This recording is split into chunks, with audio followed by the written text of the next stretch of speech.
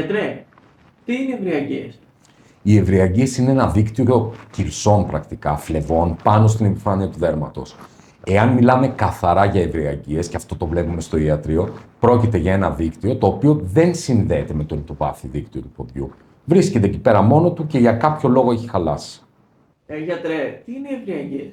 Είναι δίκτυα φλεβών, είναι αυτές οι ψηλές φλεβούλες που βλέπουμε πάνω στην επιφάνεια του δέρματος, οι οποίες δεν συνδέονται με το μέσα δίκτυο. Είναι μόνες τους, έχουν σκάσει και έχουν αφήσει εκεί πέρα πάνω το λεκέ τους. Γιατί εμφανίζονται, ποιοι είναι οι κύριοι λόγοι? Πρακτικά ο τρόπος ζωής μας και η κληρονομικότητα. Υπάρχει κόσμος ο οποίος έχει την προδιάθεση να τα έχει, τα έχει δει στη μαμά του, στη γιαγιά του, στη θεία του, στον πατέρα του. Η συζήτησή μας είναι ότι μέσα στο σημερινό τρόπο ζωής και με το στρες με το οποίο έχουμε και την ορθοστασία που κάνουμε, μικρά κομματάκια, τέτοιες φλεβούλες, σπάνε λόγω ορθοστασίας. Είναι το ίδιο με τους κυρσούς? Είναι διαφορετικό? Είναι διαφορετικό. Ο κυρσός είναι μία φλέβα η οποία έχει σπάσει λόγω της πίεσης μέσα από το πόδι. Η ευριαγγεία είναι πάνω στην πίεση του δέρματος. Δεν συνδέεται με κάτι εσωτερικά.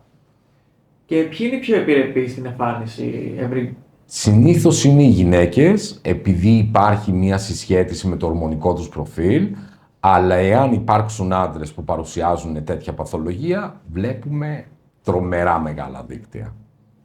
Μάλιστα. Υπάρχουν συμπτώματα ή είναι απλώς αισθητικό το θέμα? Είναι μεικτό το θέμα. Συνήθως οι κυρίες που έρχονται στο ιατρείο ή οι κύριοι που έρχονται στο ιατρείο, προτεραιότητα έχουν το κομμάτι το αισθητικό. Δεν είναι όμως αισθητικό κομμάτι, γιατί τα συμπτώματα σιγά σιγά αρχίζουν και γίνονται εμφανή, υπό την έννοια ότι ξεκινάμε και μιλάμε για πόνους, τσιμπήματα και μουδιάσματα στο πόδι, τα οποία κανείς δεν μπορεί να αγνοήσει. Ξέρω πολλούς που έχουν, αλλά τα αγνοούν και δεν έχουν κάποιο πρόβλημα. Είναι τεράστιο λάθος, γιατί σβήνοντας αυτούς που υπάρχουν ήδη, σταματάμε την επέκτασή τους. Και εγώ ξέρω πάρα πολλούς που έχουν αγνοήσει πλήρως την παθολογία και έρχονται να μου πούνε, είναι τα κλασικά λόγια που ακούω κάθε φορά, «Α, αυτές ήταν 5 φλέβες και τώρα έχουν γίνει 150». Η απάντησή μου πάντοτε είναι ότι εάν είχες διώξει τις 5 φλέβες, δεν θα είχαν γίνει ποτέ 150. Ναι, αλλά πονάει η θεραπεία. Πόσο διαρκεί και τι πρέπει να ξέρω να προετοιμαστώ? Η θεραπεία δεν πονάει καθόλου, υπάρχει μια πολύ μικρή ενόχληση. Εμείς βάζουμε ένα τοπικό αναισθητικό το οποίο κάνει τα πράγματα ακόμα καλύτερα.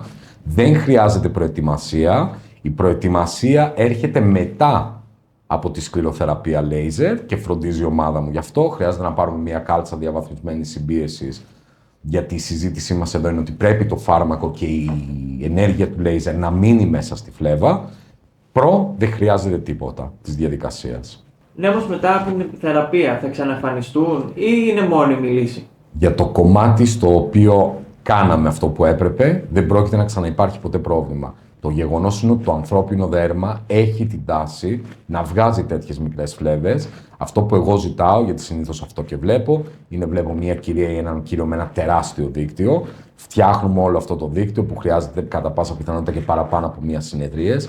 Ζητάω μετά μία επίσκεψη το χρόνο στον αγγειοχειρουργό τους, έτσι ώστε ό,τι καινούριο υπάρχει να σταματάει τη γενέση του. Και να ρωτήσω, εγώ αν έρθω στο ιατρείο σας, τι θεραπεία θα κάνω, τι λύσεις έχετε? Η συζήτησή μας είναι ότι για κάθε ασθενή κάνουμε μία πλήρη εξέταση, βλέπουμε από πού προέρχεται το πρόβλημά του και το βασικό είναι να διαγνώσεις. Και για κάθε διάγνωση υπάρχει αντίστοιχη θεραπεία.